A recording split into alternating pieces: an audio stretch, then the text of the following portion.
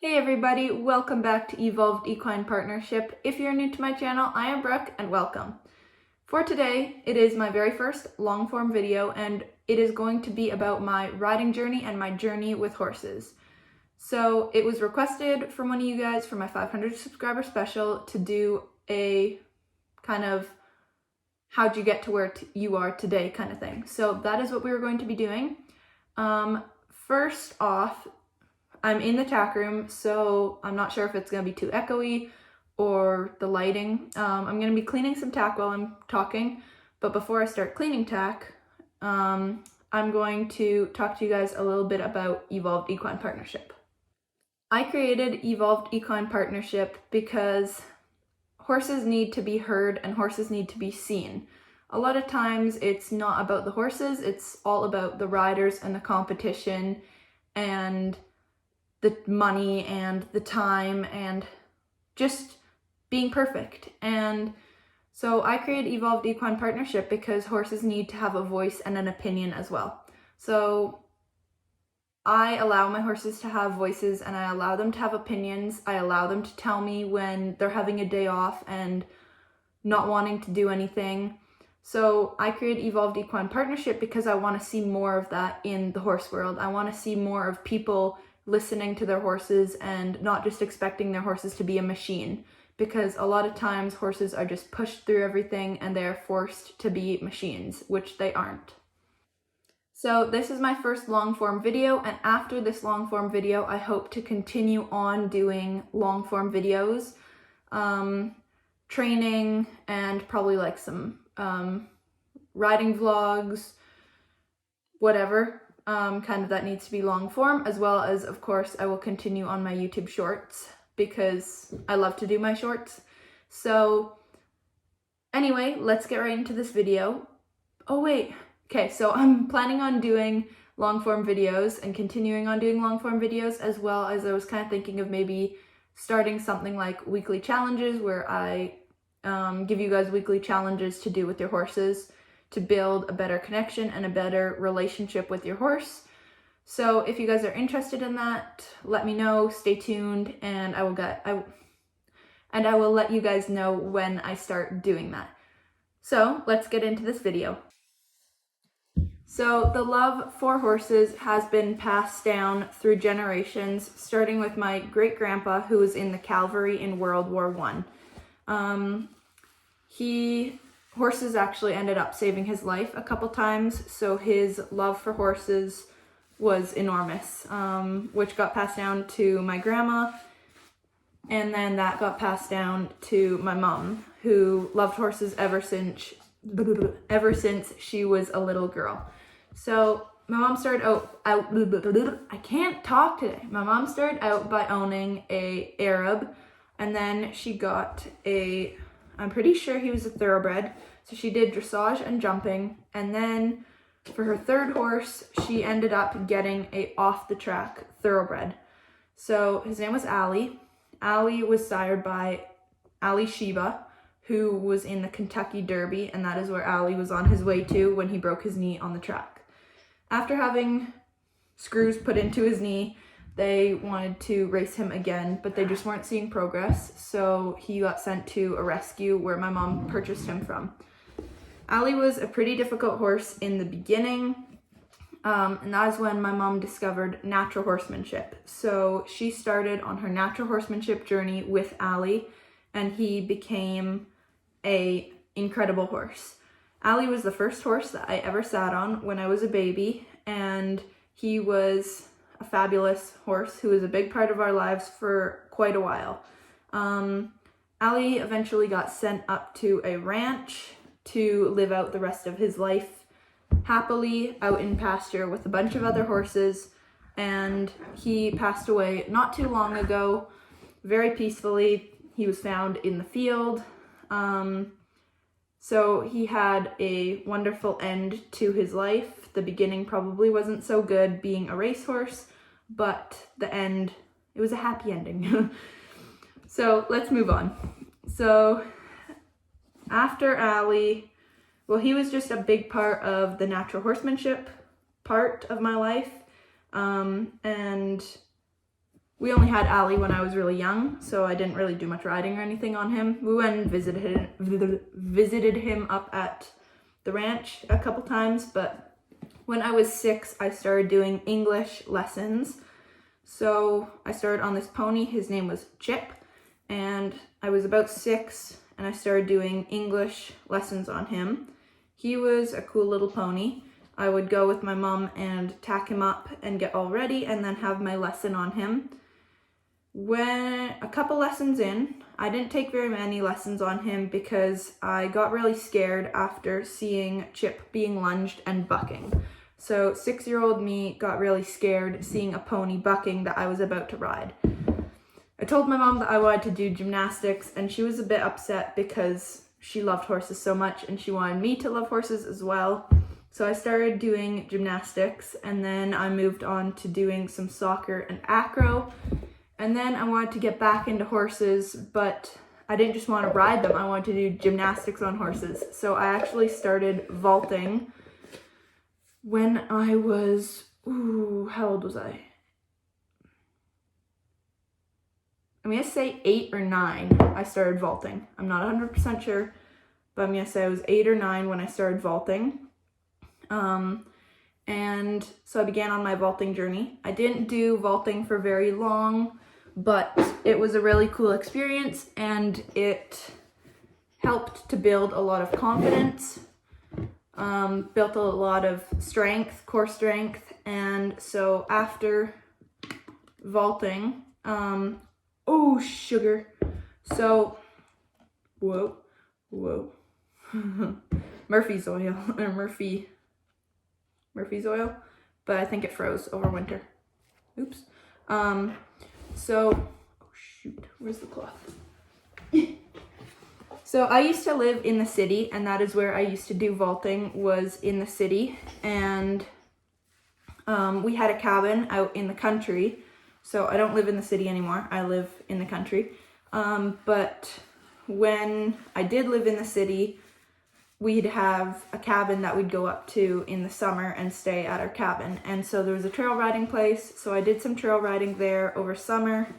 And when I got back from our cabin in the summer, I wanted to start up doing some lessons again. Oh yeah, and when I was at that vaulting place, I did take some English lessons as well.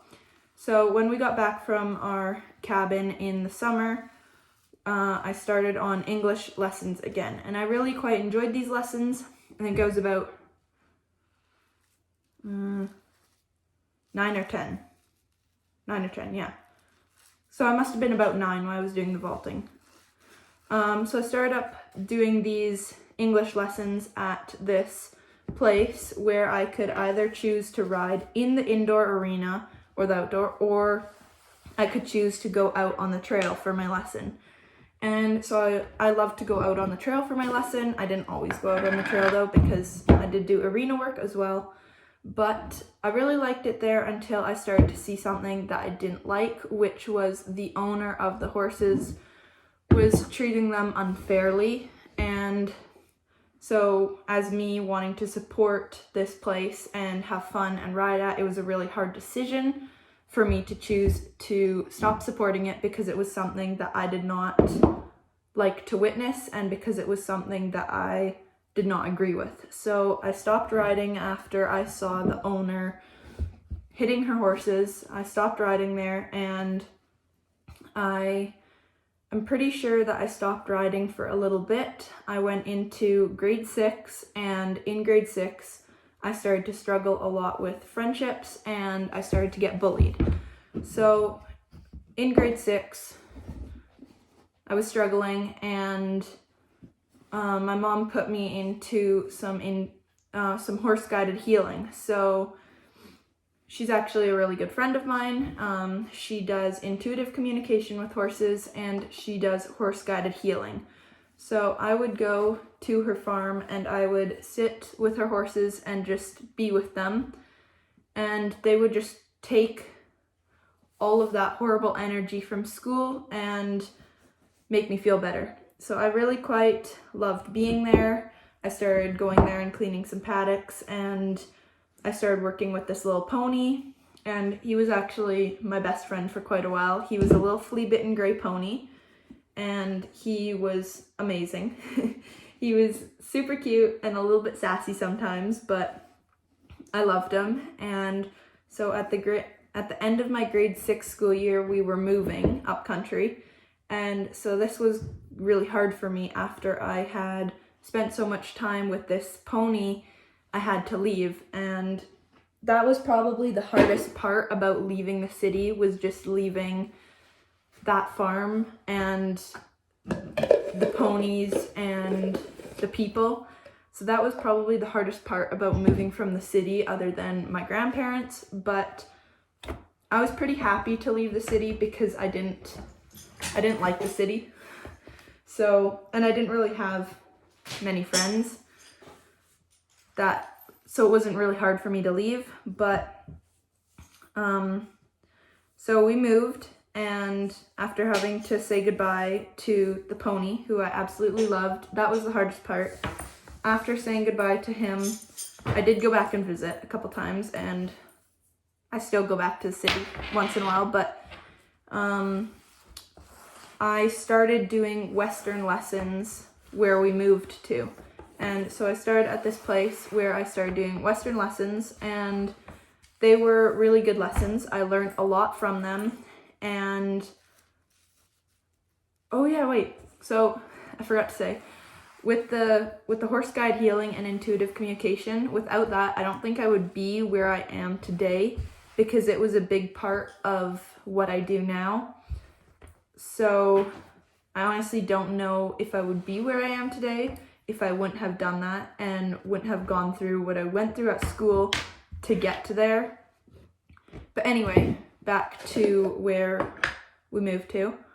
And so we moved up country, and I was taking the Western lessons, and they were really great.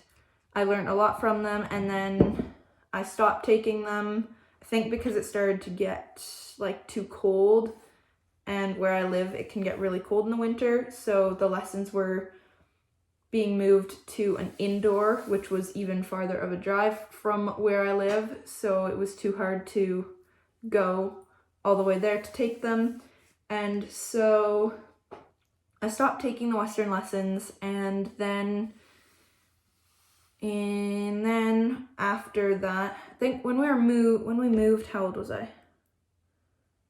1 second. I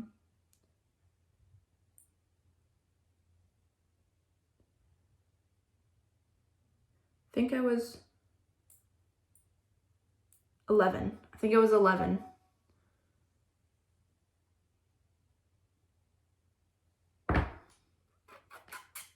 Or 12. 11 or 12. I can't remember. I was 11 or 12 when we moved, and so I went into my new school, and then I did 1 year in a new school, and I didn't really like it. And then I was having to go into high school, which was going to be a really far bus ride. And so I started working and riding at the same place, and I had the opportunity to start homeschooling and start working more. So I decided to take that, but we got to rewind. So I worked all summer and rode at the same place. And there was this horse that I fell in love with, absolutely fell in love with. And when she came up for sale, I was super sad because I didn't want to see her be sold, because I had ridden her a couple times and lunged her and brushed her, and I absolutely fell in love with her. So I counted my money that I had worked hard for all summer, and I didn't have enough for what they were asking for her. One day, I remember my dad sitting me and my brother down on the couch. I was like, "Are we in trouble, Dad?" And I think he got my grandma on the phone, and he said, my grandma said, "Your great grandma is gonna give you each $5,000 to put towards whatever you want." And so she was giving $5,000 to each one of her great grandchildren for their car, their house, their college, whatever. And so I took mine, and I knew exactly what I was gonna put it towards right away. and I was finally able to afford this mare. So I ended up buying Missy, and she has been an incredible journey. It started out a little rough and we've had our bumps along the way, but we are finally getting to a point where we're understanding each other. So that's kind of my journey. Everything that I did got me probably to where I am now, and I got Missy and I boarded her out, and then I boarded her out at a different place, and then we got Spirit, and then we had the 2 girls and we brought them both home. So now we have Spirit and Missy both at home, and it all worked out really well, and it was all meant to be. I couldn't have done it without my great-grandma. I don't think I would have Missy if it weren't for my great-grandma. It was just really meant to be how it all turned out.